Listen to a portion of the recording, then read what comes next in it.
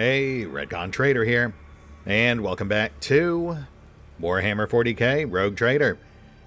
As today, you'll notice we're still in the anatomical opera, because despite my plans last time around to head straight back to camp and take care of some bookkeeping so we could tag in Ulfar, it turns out the second we step out of this door, things start happening, so here we are. That said, we do still have a couple of level ups in the queue for Cassia, so we can at least knock those out. And then, aside from that, I also did do some very, very basic retooling on our loadout. Mostly just swapping in a few of the random items we found in our travels here. Including the Iron Cape, which, despite the name, is not, in fact, a cape or cloak item. Apparently, for whatever reason, it goes in the ring slot. Which I guess works fine. I mean, I'm not really complaining. Then as for the level ups, nothing really out of the ordinary there. Just the usual skill bumps and navigator talents. Though we are down to our last 3 navigator talents. None of which are really game changers for us, but all of which we want to bank just for those stacking bonuses. And yeah, that's pretty much it. Though man, look at that fellowship. She is getting up there. Anyway, let's take this to the street. Yeah, I took one step out of this place and someone started yelling at us, so I immediately rolled it back. Let's see what we got.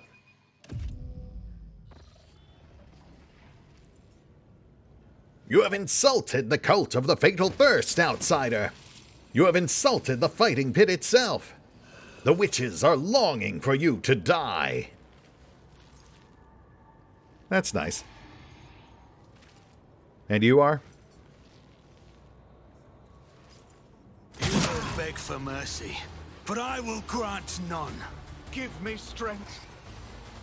Okay, well, I guess you get to die without a name. Gotta say, guys, I am not super impressed here. It feels like you're... Aside from the grotesque there, it feels like you're maybe moving backwards in the killing me department. Especially since it does not actually look like your ambush at all kept us contained. Since I can just set up over here and not be surrounded.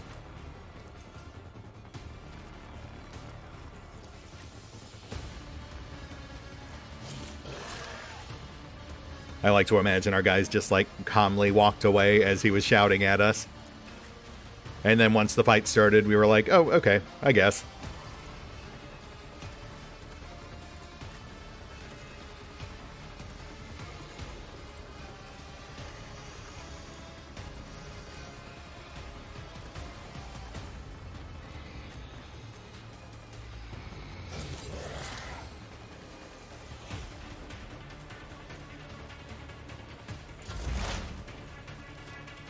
Pask, you want to get us set up here?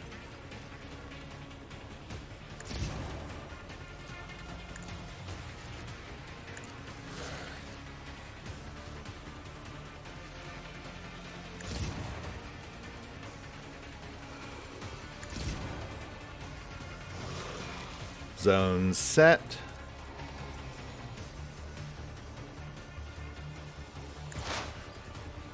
Six stacks. Not terrible. Might as well slap down some debuffs while we're at it.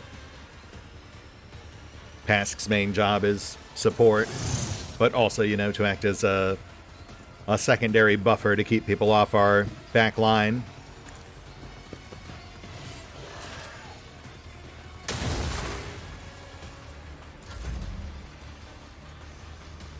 Now we get Abby set.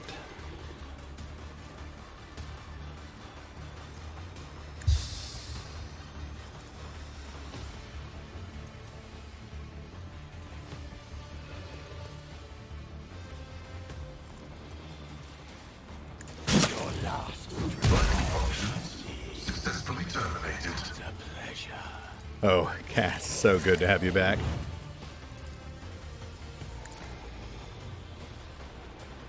It will be done.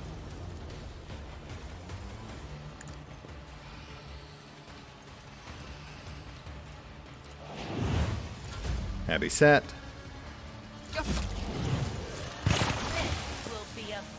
Moderate ding on Argenta. I can't stand it.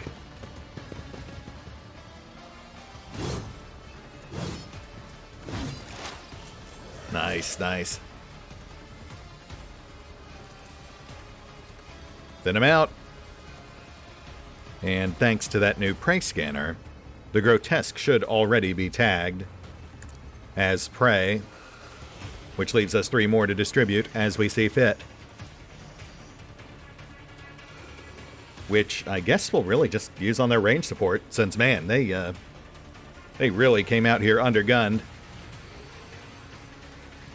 It really is kind of incredible, you know, no matter how many times we curb stomp these guys, we keep getting stronger, but they keep continuously underestimating, like, somehow worse each subsequent time.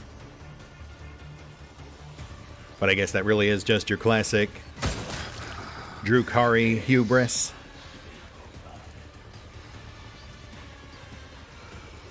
Tervandius seems like the smartest guy out here, and even he had to really strain his brain to wrap his head around the idea that we might actually win. Well, him and Nocturne of Oblivion, but methinks the Harlequin are kind of in their own special category. My heart sings with the thrill of battle. Honestly, not really sure what he's trying to accomplish.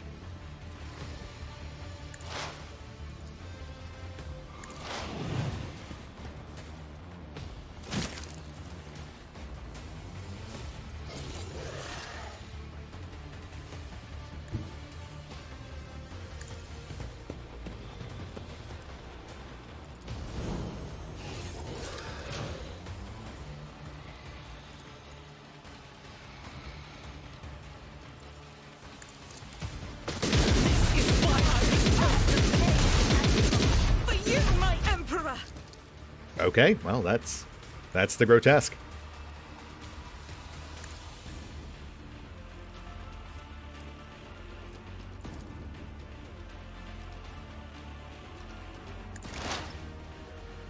I mean, you guys tried. I guess I can respect that.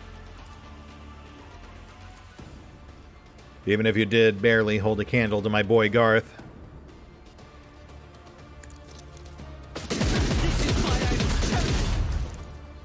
I mean, he at least actually wounded us. Even if it was via plot hammering.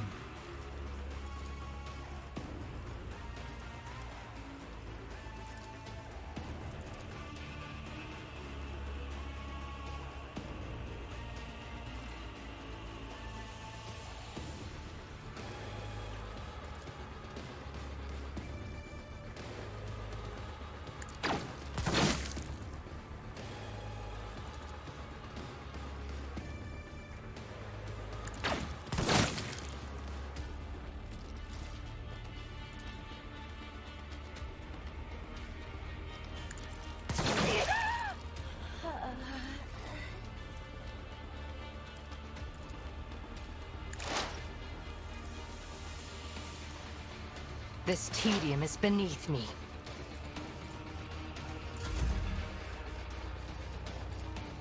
Victory is imminent.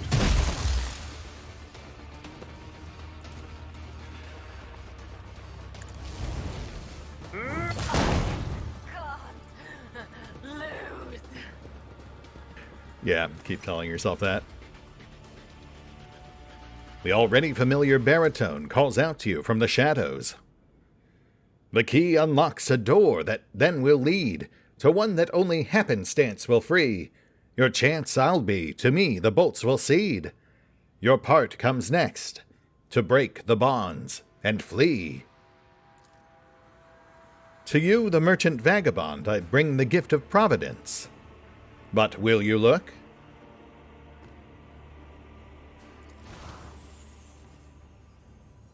Oh, what?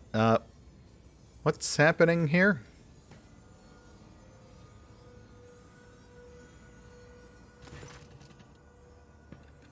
Sudden pain grips your skull, and your vision clouds over.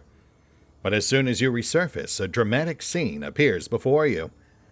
The streets of the Dark City are teeming with hundreds of colors, from grimy gray shades to extravagantly bold hues.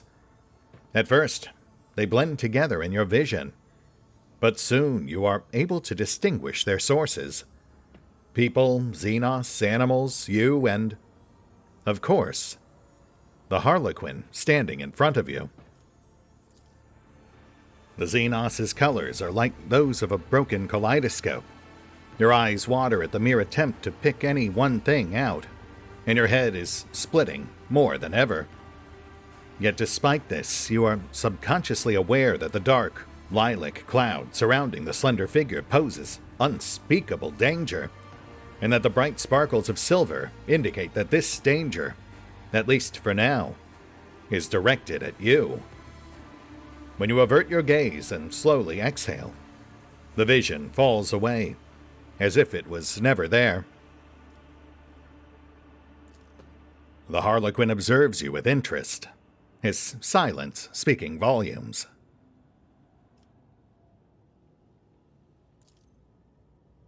Valen, your colors. What have you done to him, Xenos? Cassia lifts her chin, and the third eye on her forehead flutters threateningly behind the eyelid.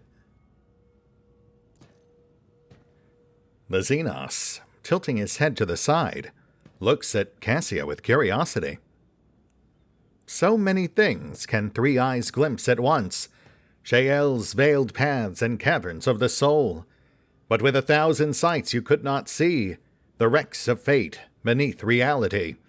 Past's creaking waltz will twirl you round in halls of intertwining serendipity. But not just yet. The dance calls for a pair.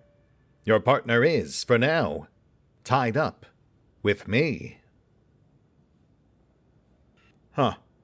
If I'm parsing that correctly, he's basically telling her to wait her turn.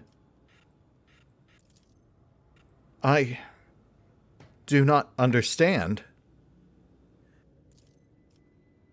Oh, nectar sweet, your name is Ignorance. Make sure to savor every drop before your glass is drained by insight in a blink. Interesting. Is he actually acknowledging our fledgling romance? Still speaking in riddles, I see. But you've helped us before. If you have something to say, I'll at least hear you out.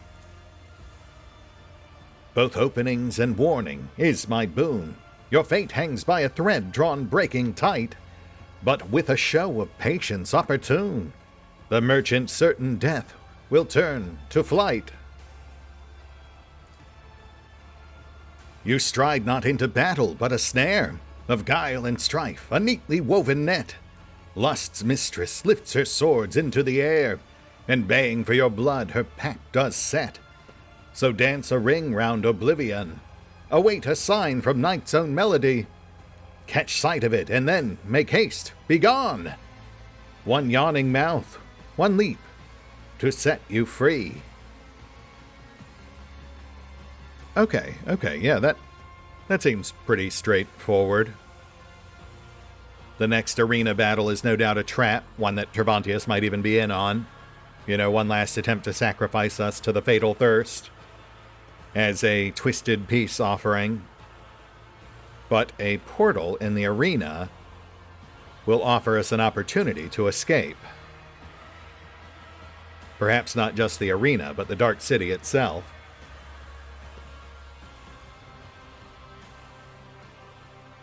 Oh, right, well, guess I didn't have to figure it out on my own, because apparently our super intelligent iconoclast brain already did it for us. Fair enough. So you're saying that Kikaros is planning to kill us when we go back to the arena. But when we're there, all we have to do is survive long enough for you to open a portal, and then we just leap into it and escape. That's more or less the gist? The Harlequin sweeps into a low bow, like an actor who has performed before a true lover of high art. He seems satisfied with your answer. The Xenos lays a finger over the mute lips of his mask and vanishes, as if to convey that your conversation is a great secret known only to the two of you.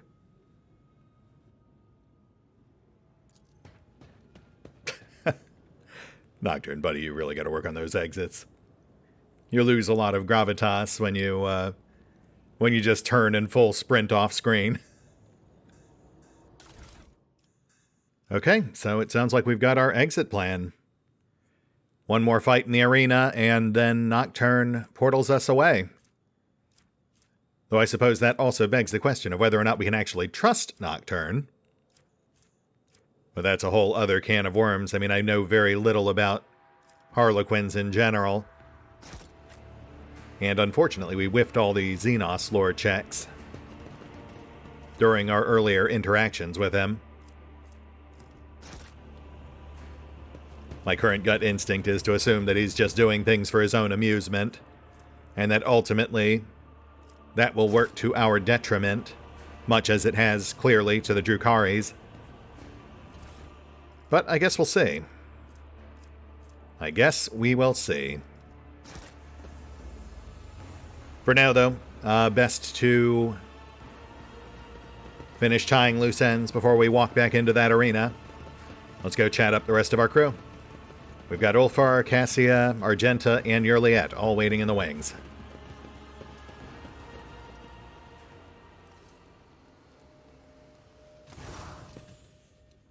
Another lancing pain in your head knocks you off your feet, and you barely manage to plant your hands on the floor before your vision is completely obscured by a blanket of colors.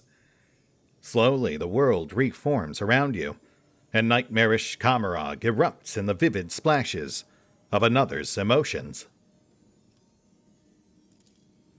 Valen, what's wrong? Cassia leans closer, and her figure becomes swathed in bands of vivid hues. Pink, dark maroon, orange, bright blue. You see Cassia's colors sparkle like gemstones, and the sight takes your breath away.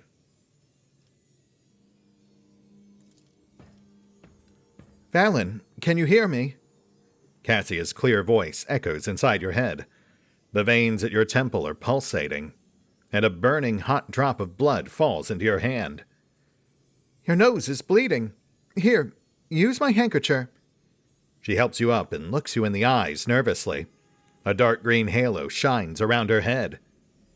She is worried, you suddenly realize with clarity. Oh, wow, is that what Nocturne did? Did he give us Cassia's empathic vision?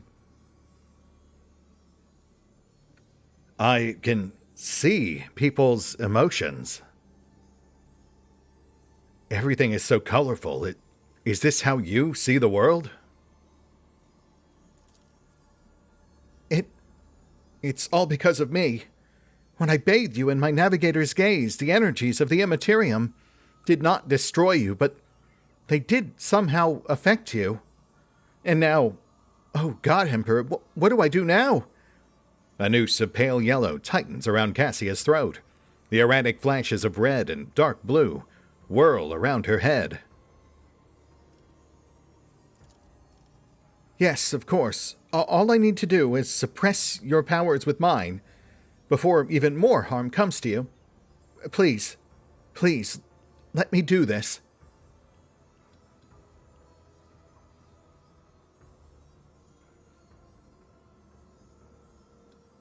No, it's fine. It's a gift. A surprise, to be sure, but not an unwelcome one. Especially from you.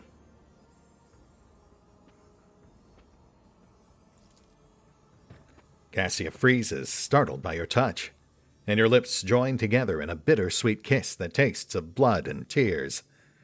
You see confusion in her wide-open eyes, but then her body relaxes and her eyes close, along with her navigator's eye. She reciprocates slowly, uncertainly, gently. And as she does, the air around you flares with cascades of golden and pink sparks, until a crimson haze eventually separates the world from the two of you.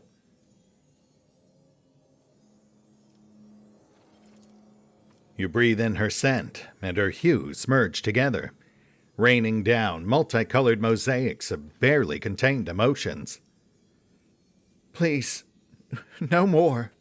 I cannot breathe. I fear I may faint.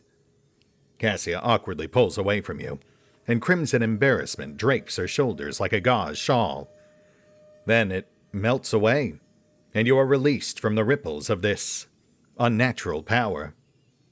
You do not even notice the moment when the pain and fear vanish, but you can feel that this is not the last time you will experience this sensation.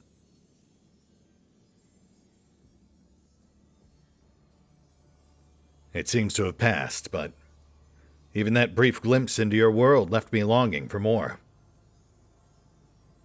I'm glad to have seen it, if just briefly. And I am glad to have become part of yours. Cassia smiles warmly, but her gaze quickly darkens. Please, if something like this ever happens to you again, please tell me right away. I will help. I will ease your pain. Even though I don't quite understand how my powers spread to you, all I know is that I cannot bear to see you suffer. For now, please, get some rest. Interesting. So is that part of her romance path, or is it something Nocturne brought on? Or a combination of the two? Also, I can't help but wonder if it left some lasting impact. Though, at a glance, I'm not seeing any obvious changes to our stat lineup, nor our skills.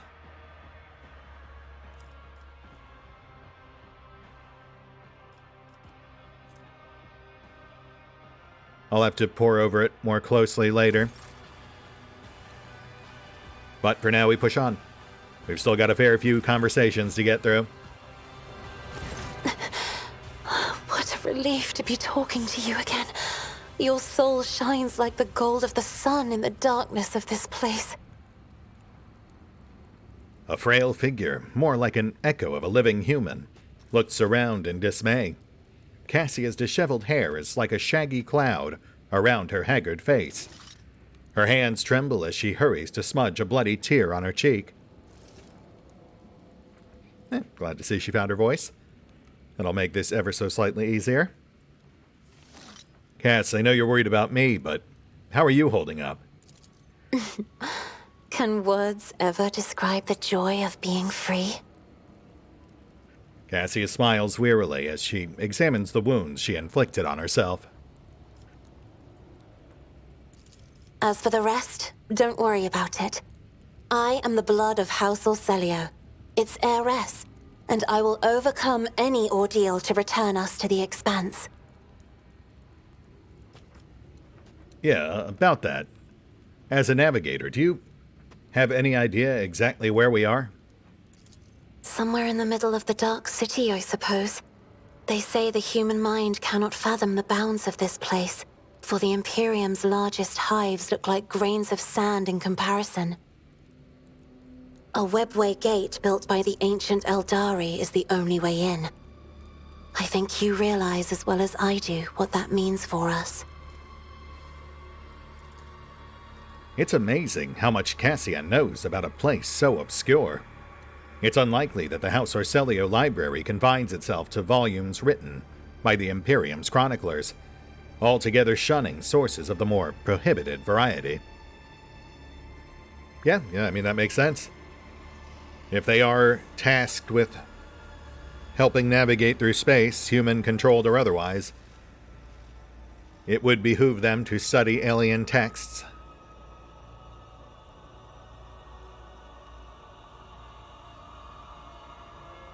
What do you see when you look at this place?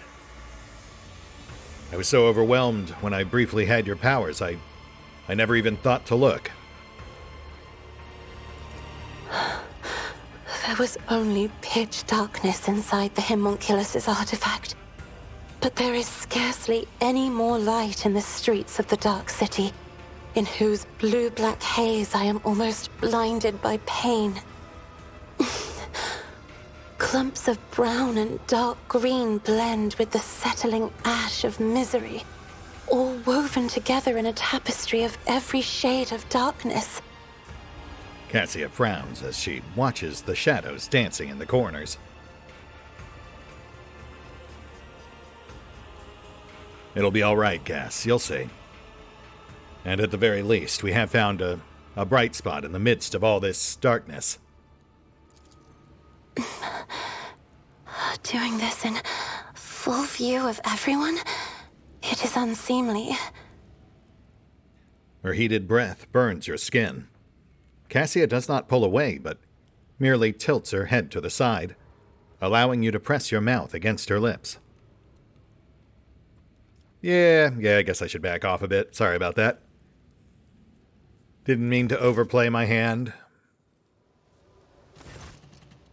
Going for comforting, not clingy.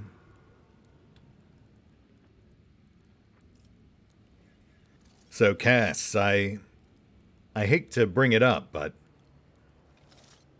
when you first stepped out of that pod, you mentioned not being alone inside. Would you care to elaborate? It was real, Lord Captain. I must confess, I have been hounded by eerie strangers for many years. In my dreams, visions, and warp scryings, they try to reach me. They are tormented. They shout something I cannot make out. And one of those strangers, the most frightening one, is a woman who always stands aside and merely looks on in disapproval. A dejected silence hangs in the air. Oh, okay, yeah, that has to be, the previous leader of House Orselio, the Novator? Yeah, we speculated as much. It's what the rebels feared back when they confronted us during our official meeting with House Orselio. And it does seem like their fears were well-founded. Unlike the others, her image manifested itself more clearly each time. The refined features of her elderly face, the long white hair, the empty eye sockets glowing scarlet, and a third eye, the eye of a navigator. Once, in the middle of a warp voyage, the old woman dashed toward me and started strangling me. Praised be his mercy, for I was able to banish her to the fringes of my consciousness at that moment. However, that only angered the old woman. Cassia's shoulders shake from the memories flooding in. I began to see her ever more often, in shadows, at the edge of my vision, in my own reflection. And it was she, too, who waited for me in the darkness of the homunculus's cage. I know it for certain. Now, you know the last of my secrets, Lord Captain. Do you think I'm going insane? Cassia sighs dejectedly and covers her eyes with her hand. Actually, quite the opposite. Would you say that this old woman, or the other people you're seeing, for that matter, bear any sort of familiar resemblance to you? I had the same exact thoughts. But is that not a wild conjecture, even for a navigator? Or am I simply going insane, as unworthy scions of my family have? Cassia's voice fills with despair. She looks you in the eye as if expecting a refutation of her misgivings. Well, I would try to comfort you, but that would probably just make things more awkward, so...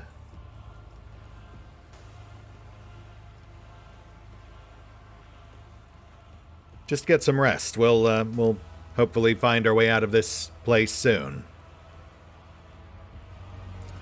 Try not to squander that sky blue fabric of hope, Lord Captain.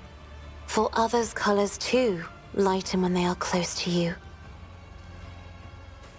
Will do.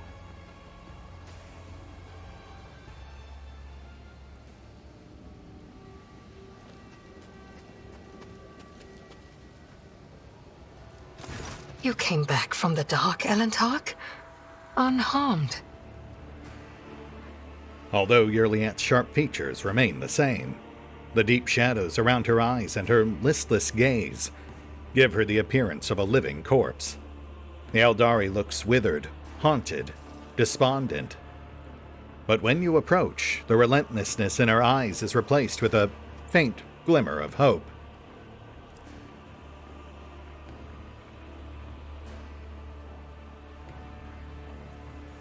Well, I wouldn't necessarily say unharmed, but I suppose I've had worse.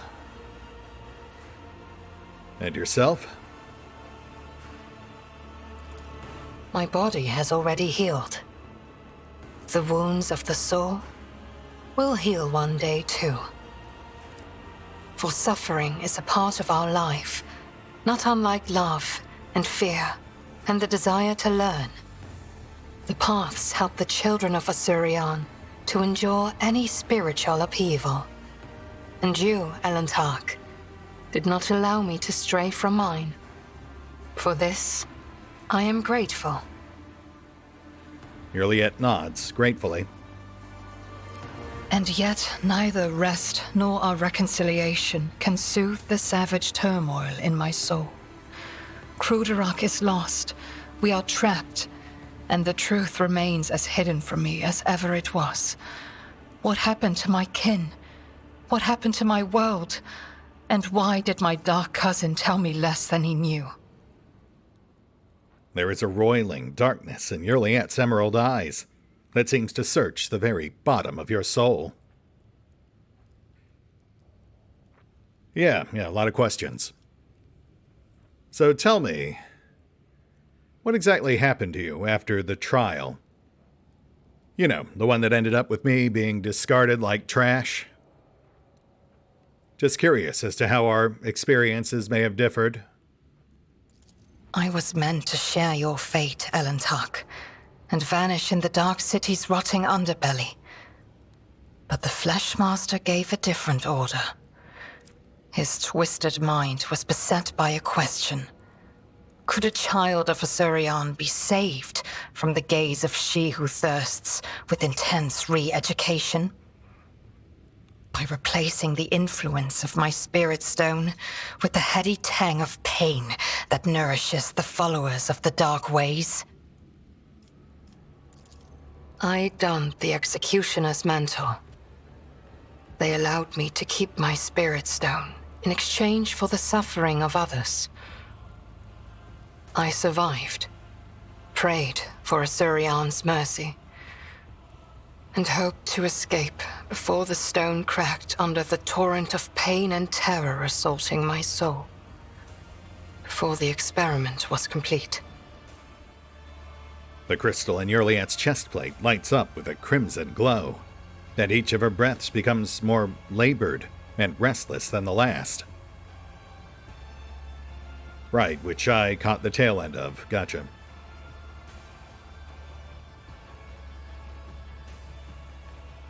Alright, Yurliat, I'm going to give you one chance to explain.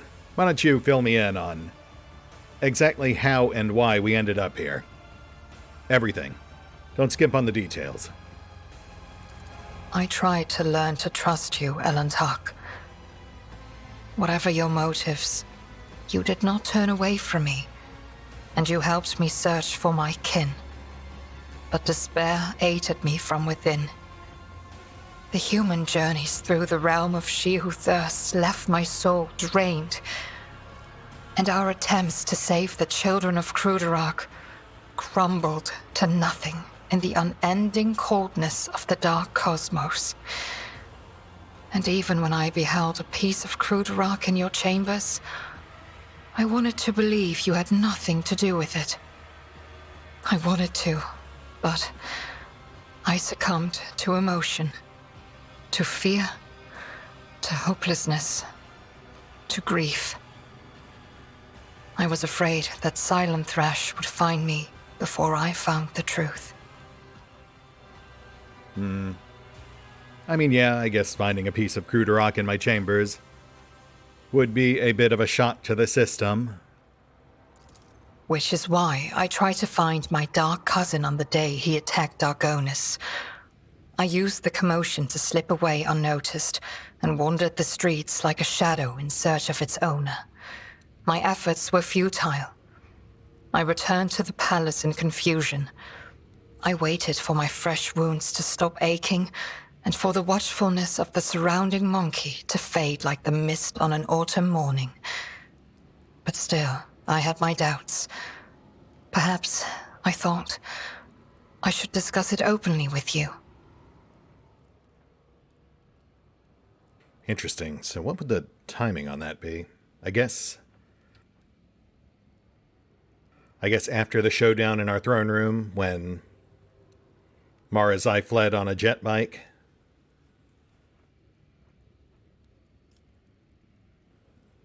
I guess there was a lot of downtime around then.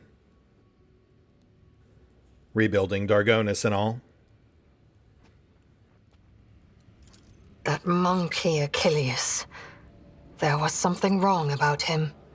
He kept disappearing at night. So one day, I followed him. Achilles was contacting Marajai, using an artifact that transmitted his master's orders. That is how I learned that the burnt monkey was about to betray you. Which meant my only chance to discover the fate of my homeworld was about to slip through my fingers. I could not wait any longer.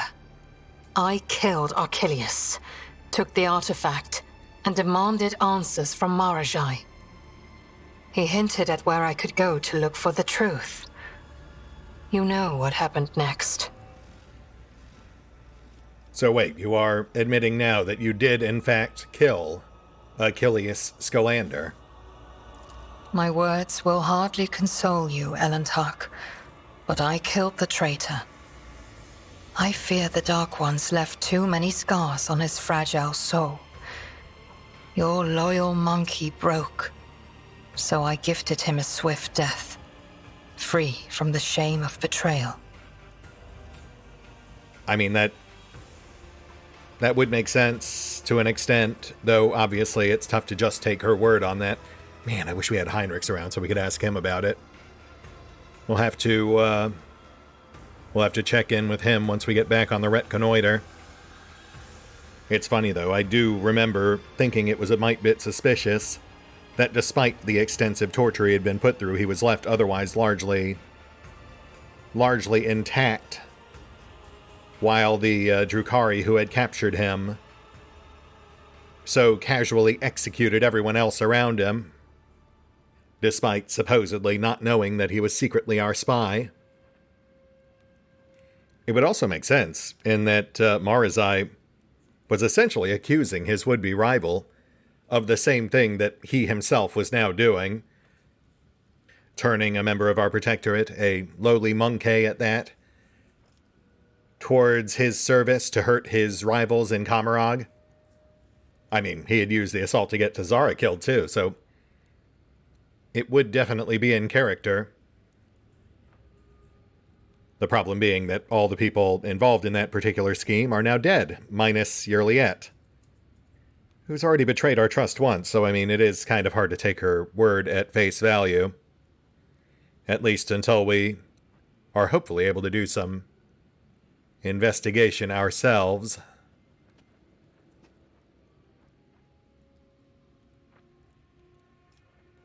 You do realize he was a master spy. You can't know he meant to betray me. I know. Believe me, I know. Well, I mean, not the most convincing argument, but okay.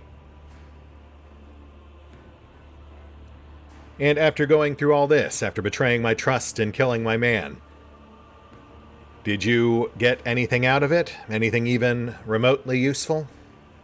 Was your trust in Marazai perhaps ever so slightly misplaced? Alas, my cousin fell out of favor with the Archon. But even so, I doubt Marazai would reveal the truth. At least not before his dark soul was suffused with my suffering. Yurliet shakes her head. Marazai? Is that how you pronounce it? Huh, no wonder he was always so mad at me. So you broke my trust, got us stranded here, all for nothing. You do realize that even if you're being 100% sincere in your apology, that you were misled. I don't know if I can ever fully trust you again. I'm just not sure I can ever take the risk. To accept someone who has betrayed one's trust before, one must plunge into the deep waters of fear. One must walk the paths of doubt and extinguish the raging fire of resentment. Are we strong enough for this? Well, you made the first step toward me, Elentark. I will reciprocate by making the second. Yurliet replies with a brief nod of understanding. Yeah, I guess that's fair. It's a process. Perhaps someday you'll earn my trust again, but if so, it won't be any time soon.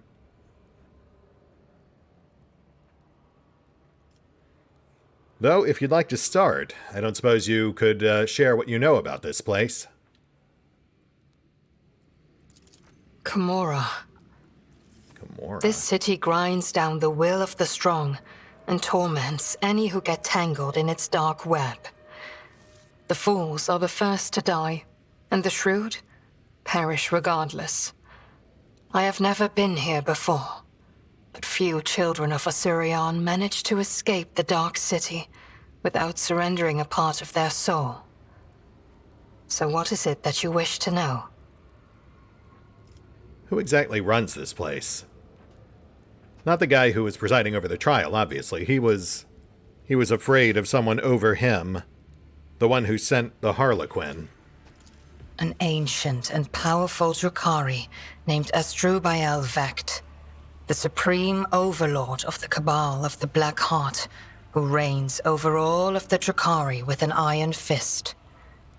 My dark kin consider him to be a living god.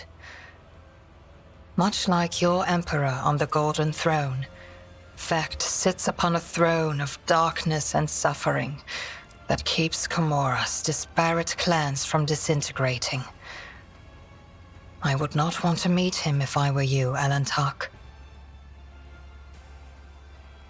Sure. Again, I think that's a character who lies beyond the scope of this particular CRPG.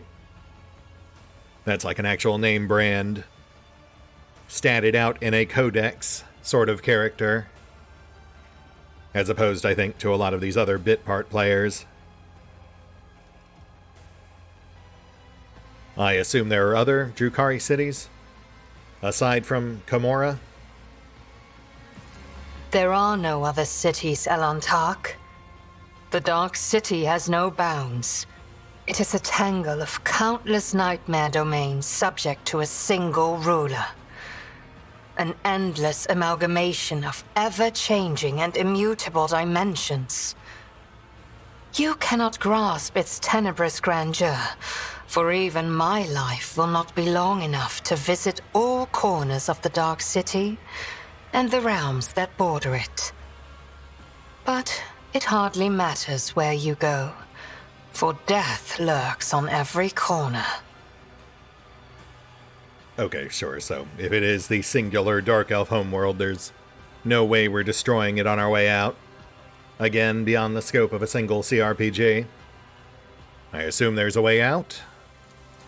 The Dark City is pierced by millions of spires, and a webway gate may be hidden in any of them. It is the only way out of this place, and an impassable obstacle to any who do not know how to operate it.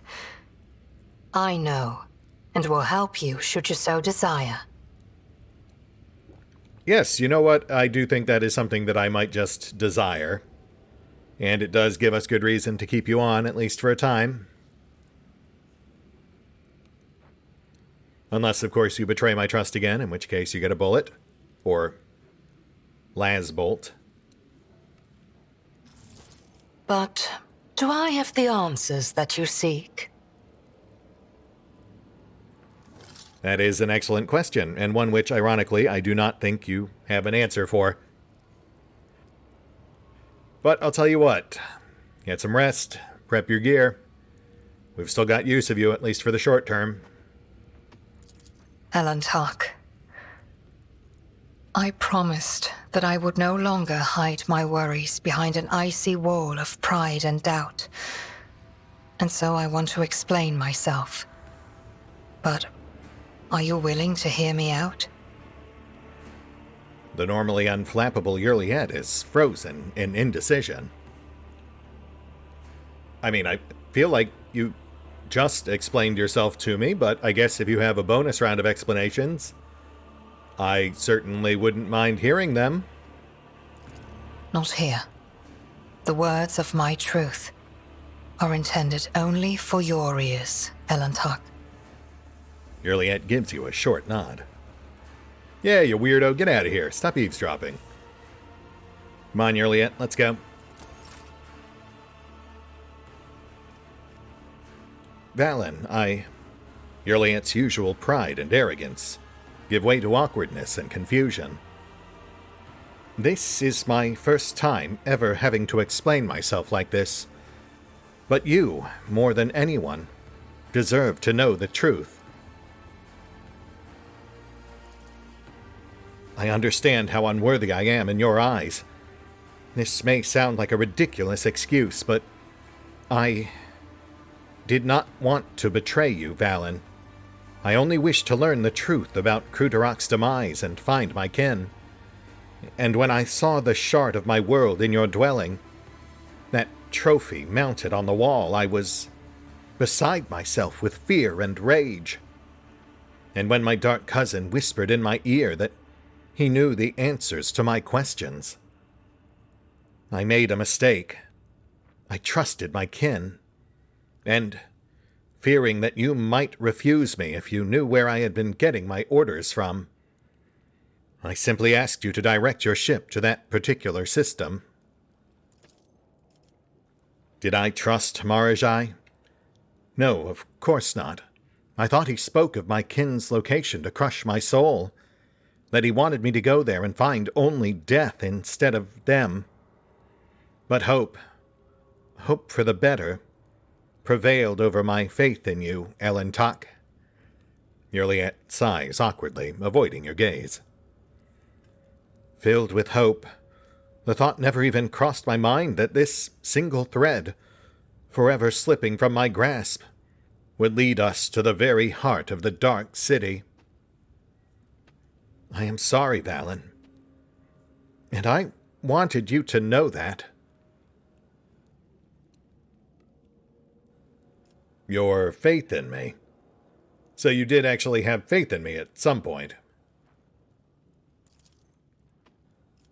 Yurliet looks you straight in the eye. The time I spent with you, our conversations, the glow of your soul that only I can see. Yes, faith. With you, She stammers, at a loss for words. Okay, an uncharacteristic display of vulnerability.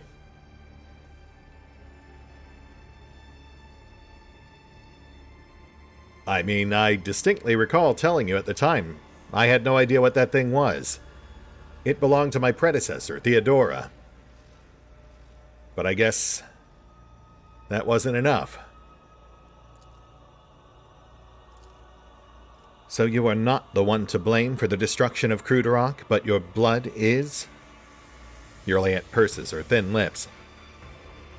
No, I will not condemn you and your blood. No more. My accusations have already cost us too much.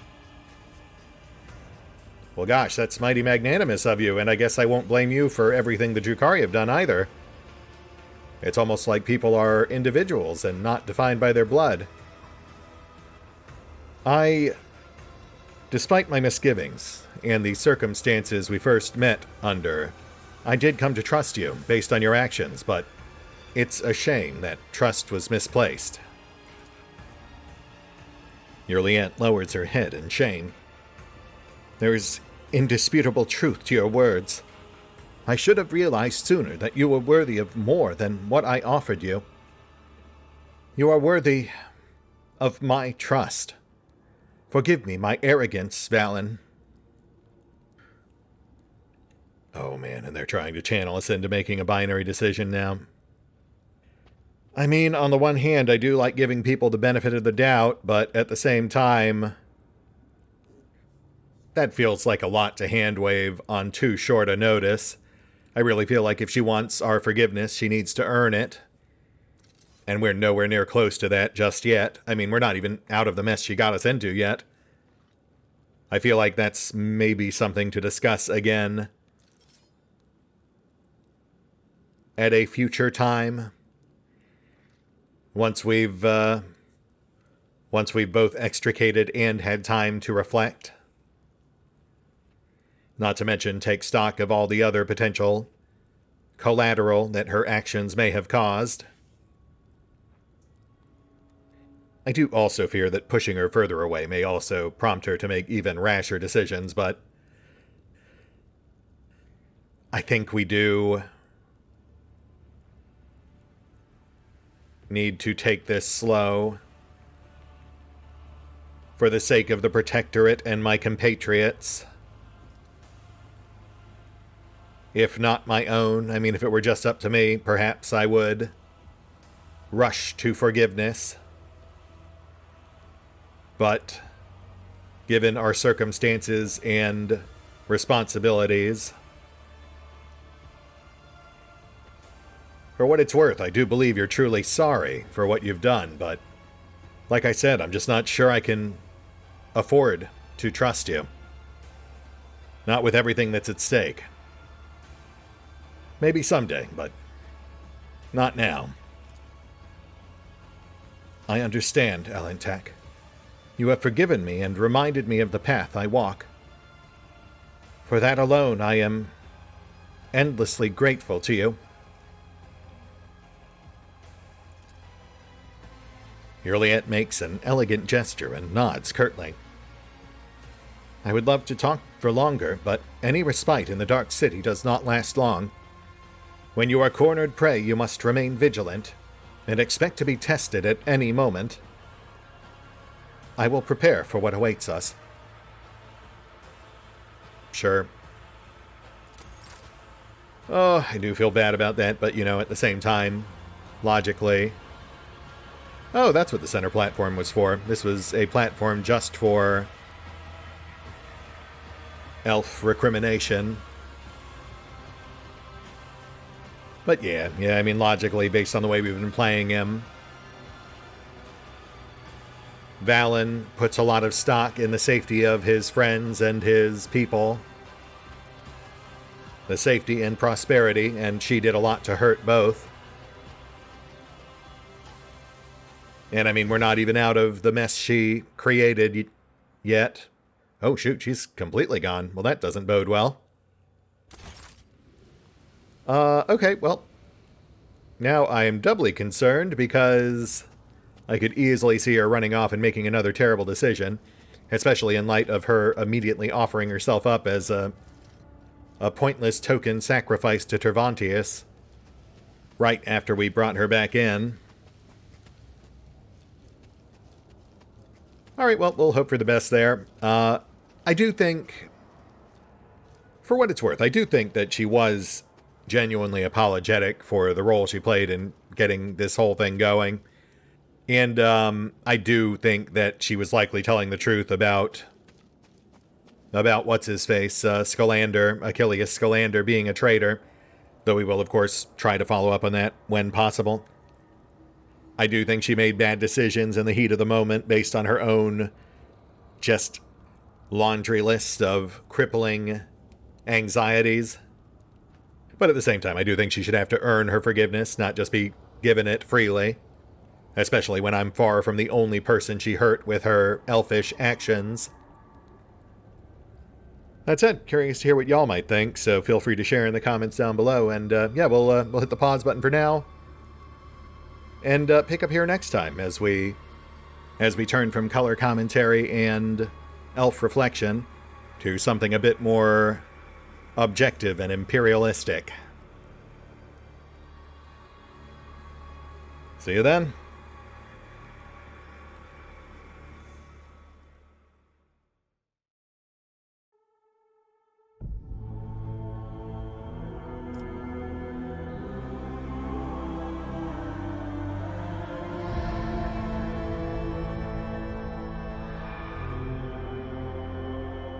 Oh, and special thanks to the Raiders, the fine folks who help make these videos possible, including but not limited to ErieV23, Revenant, Alois, Dragon Matrix 7, Drakiith, EgonAlter, Exsellsior, Gottlieb, James Trimmier, Kazorm, Lady Shayna, Mark Giemza, Nathan Welch Jr., OverlordPherom, RandomPassrby, RobbyB, Tomasz Piątkowski, Triphoppenskip, and Valinrook.